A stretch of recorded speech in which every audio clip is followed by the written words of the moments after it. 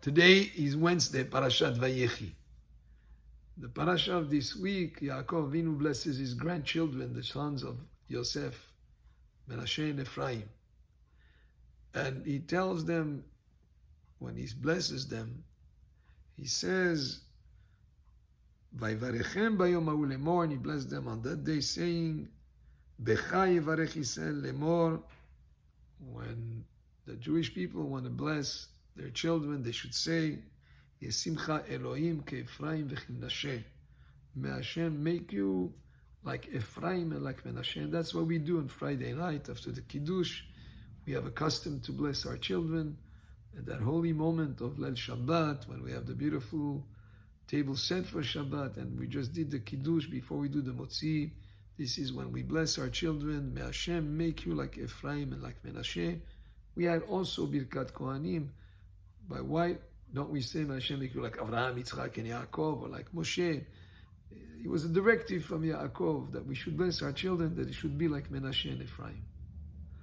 Or rather, like the order is Ke-Ephraim v'chimnashe, like Ephraim and Menashe, even though Ephraim was the younger one and Menashe was the older one. But what happened in this blessing? The Parashat tells us that Yosef, when he brought his children to be blessed by Yaakov, he put Ephraim on his right towards the left of Yaakov, and Menashe on his left towards the right of Yaakov, because they were facing each other. Typically, right has prominence. The right hand is more important. Most people do most of their work with the right hand. So he wanted to give preference and more importance to the Bechor, to Menashe, to be blessed by the right hand, and Ephraim to be blessed by the left hand, because he was the younger one. But Yaakov crossed his hands, or his arms, so that the right hand went on the younger one, and the left one went on the older one. And when Yosef tried to say, this is not the right order, Yaakov said, I know. But in other words, he wanted to give the right hand blessing to Ephraim. So here we have a situation where there could be jealousy. The older one could say, how come you're blessing the younger one with the right hand? It should be the reverse. But we don't see any sign of any jealousy, but there is actually harmony there between them. The book of Bereshit is about to conclude with this parasha of Vayechi. There were many troubles that happened because of jealousy, starting with Cain and Hevel. Then there was, of course, Yaakov and Esav, and then Yosef and his brothers. There's a lot of jealousy there. So here there is a setting where there could be again an issue of jealousy, but yet we see there is harmony. And in a way, this is where we see that our children should always have harmony between them and no jealousy. And even if sometimes the younger one may be more qualified in certain ways or more able to do more than the older one, that's okay too. Each person has his own function, as we'll see in the parasha of this week, where Yaakov blesses each child with what's unique about him.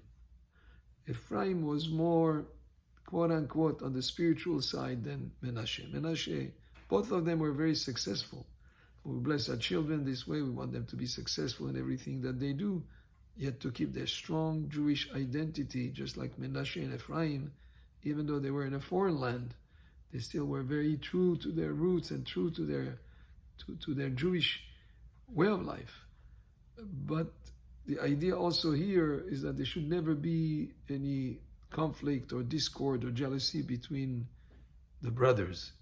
Even though sometimes, just like in the case of Yosef, who was younger than most of his brothers, he was the one that ended up being the viceroy of Egypt and even bowed down to him.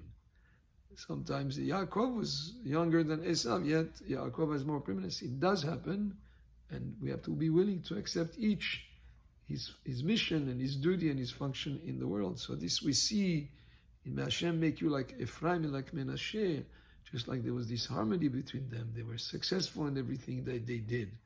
Menashe was very successful in the royal palace. He was helping his father, who was the viceroy of Egypt. Ephraim actually spent more time when they reunited with Yaakov to learn with Yaakov. He was more committed to Torah, and from him also came Yoshua bin Nun, who brought the Jewish people into the land of Canaan and into Eretz HaKodesh, and he's one that taught Torah. So he was the second to Moshe Rabbeinu. So there was a difference between the function of each one of them, and that's why even in the tribes that were around the Mishkan, Ephraim and Menashe were together, but it was Degel Machane Ephraim. He had more prominence, just like Yaakov gave him more prominence here, because he must have deserved it. And yet there is that unity and the togetherness between them, and each one understanding that each person would have, each one of the brothers would have different talents and different focus. So this is an important aspect also, that we do bless our children every Friday night at that very important moment. After the Kiddush, for the boys, is Simcha Elohim Kefraim Bechim Nashe, and the Birkat HaKohanim, Vaydaber Adonai El Moshe Lemor, Daber El Ham Lemor, Kote Baruch Hu Bereis Amonai, Varechecha Adonai V'Yishmerecha, Ya'er Adonai Panav Elecha V'Yihuneka, Yisa Adonai Panav Elecha V'Yasem Lecha Shalom. And for the girls, Yesimech Elohim Kesara Rivka Rachel Ve'Le'ah. We want our daughters also to have the qualities and the values of Sarah, Rivka, Rachel Ve'Le'ah, our matriarchs, and they should also get the Birkat Kohanim, which is the ultimate blessing. Baruch Adonai Le'olam, Amen ve'Amen.